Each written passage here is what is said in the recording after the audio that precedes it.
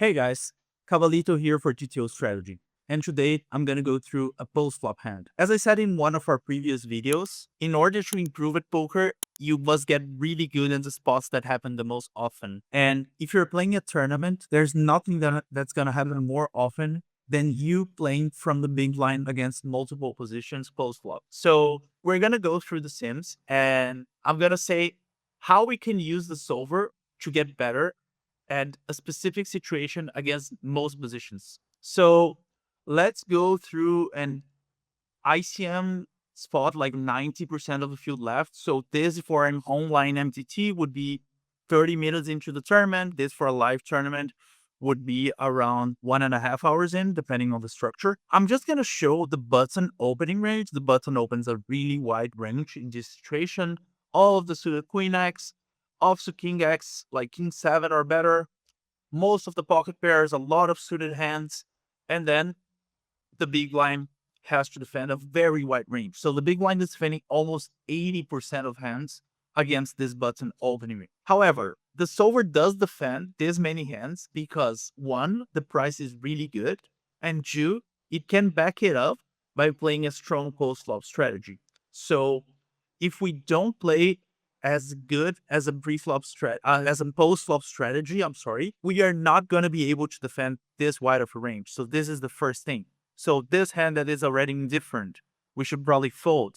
Some hands that are very close between calling or folding, if we are not confident in our post-flop strategy, we are better off folding. However, we are not playing against the solver. We're playing against that human that is also making mistakes on the other side.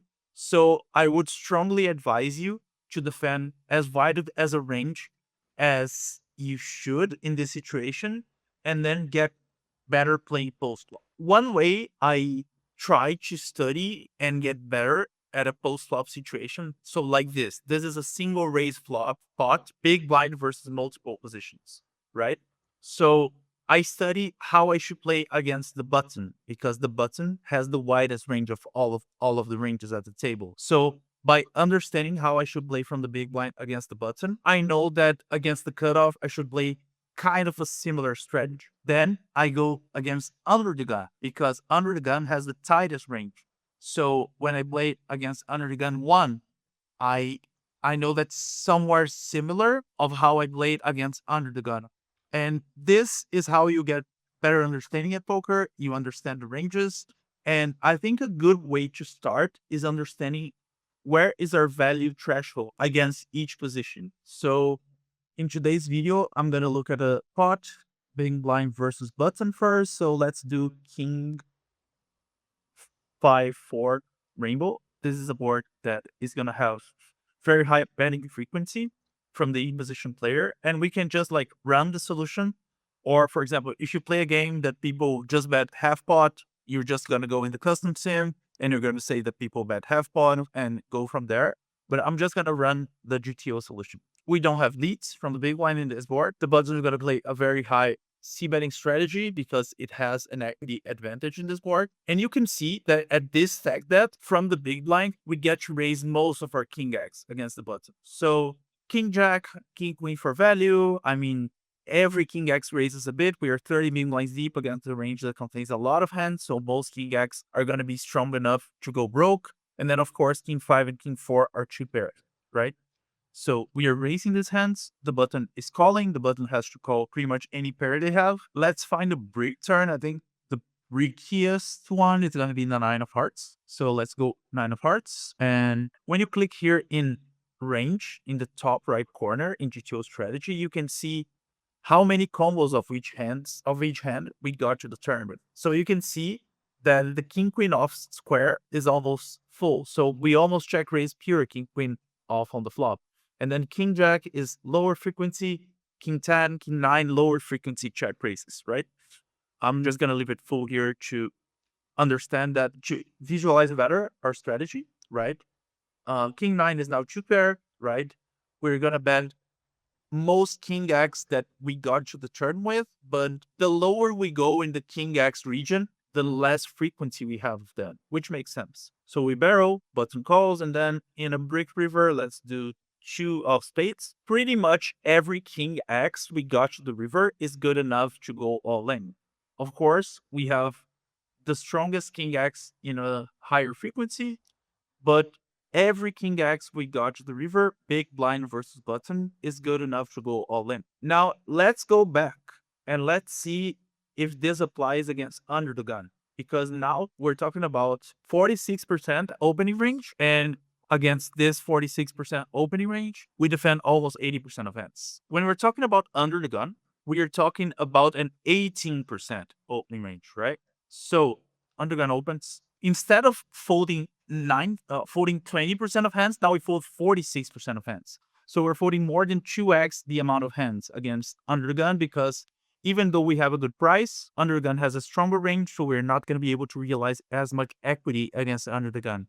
And that's the reason why we defend less. We have the same board. We start with a check. We don't have any leads in this board. Under the gun can see bet range. And this is our strategy. So now we can actually only raise king queen offsuit for value. I mean, we do raise some king 10 here and there, but we're just raising our strongest king X for value, which is king queen offsuit, and then of course king 5 with king 4. We put in the raise. Under gun already has some junks, but it's gonna call with all of their king X, all of their pairs or stuff that interact with the board. We put the 9 of hearts out there, and here we can see that we mix more checks with king queen, and we almost don't have the other king X. We mix some raises with them on the flop, but it's really not enough compared to when we were playing against the button, which makes sense because under the gun has a much stronger range.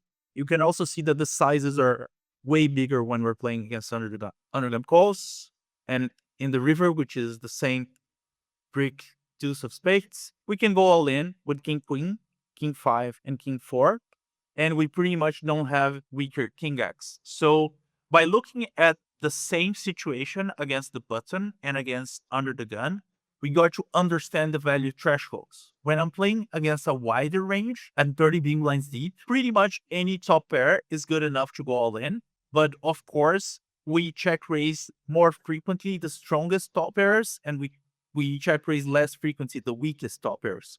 And then when we are playing against a strong range, we just check raise our strongest top pairs, and we check call with the weakest ones. And now, just to finalize this one situation, because playing from the big blind is very complex, and I'm just going through one note, but we have check calling down. We have check calling in leading turns. We have check call, turn goes check, check. We have to probe the river. We have check, check flop. So we have a lot of situations that we can get better from the big blind by using GTO strategy and understanding this. But today we're just focusing on how wide can we check raise and lay from stacks at 30 big blinds early in the turn. And now we're going to see from the hijack. So as I said in the beginning of the video, when we're playing against the button, we're playing against the widest range. And when we're playing against under the gun, we're playing against the tightest range.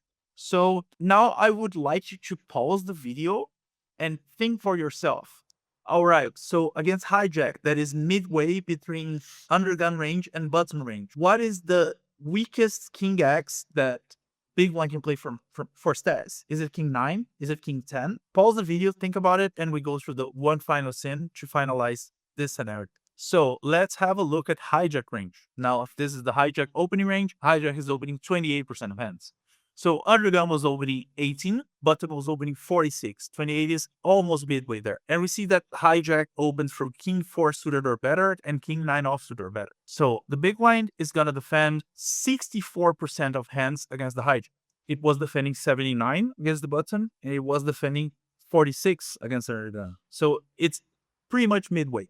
Same board, once again. Hijack pretty much gonna range bet. I mean, 90%. You can just get away with range betting, to be honest. And you can see that again, the only pure check raise is gonna be king queen. But we are check raising king jack suited, almost pure as well. We're check raising king 10 suited at a high frequency. And here it's just mixing some check raises with some king X and check raising king 5 and king 4, pretty much pure.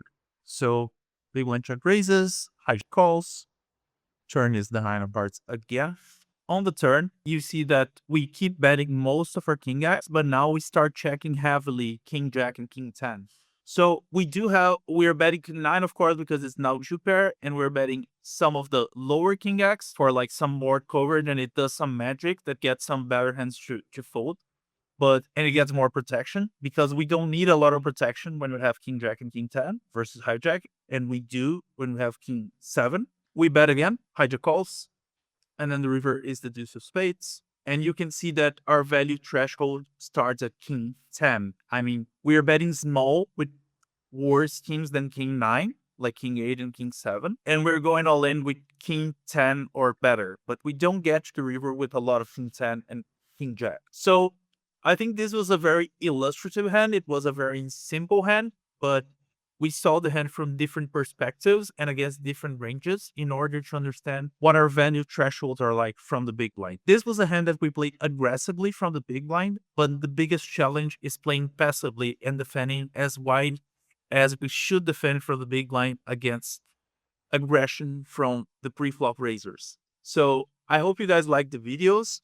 I would like to see your guys' comments. Are you guys check raising enough? Are you guys not check raising enough? And also, if there's anything you guys would like to see in these videos, please let me know. This has been Cavalito for GTO Strategy. See you on the next video.